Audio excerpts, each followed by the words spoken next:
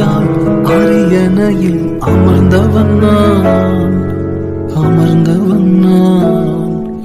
உம் கிருபைக்கு உதாரணமாக நீரின் வாழ்வை மாற்றி விட்டீரே.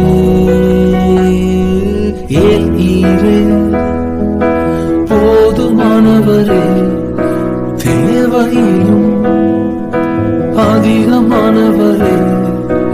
ஏல் ஈரே போதுமானவரே, என் தேவையிலும் அதிகமானவரே.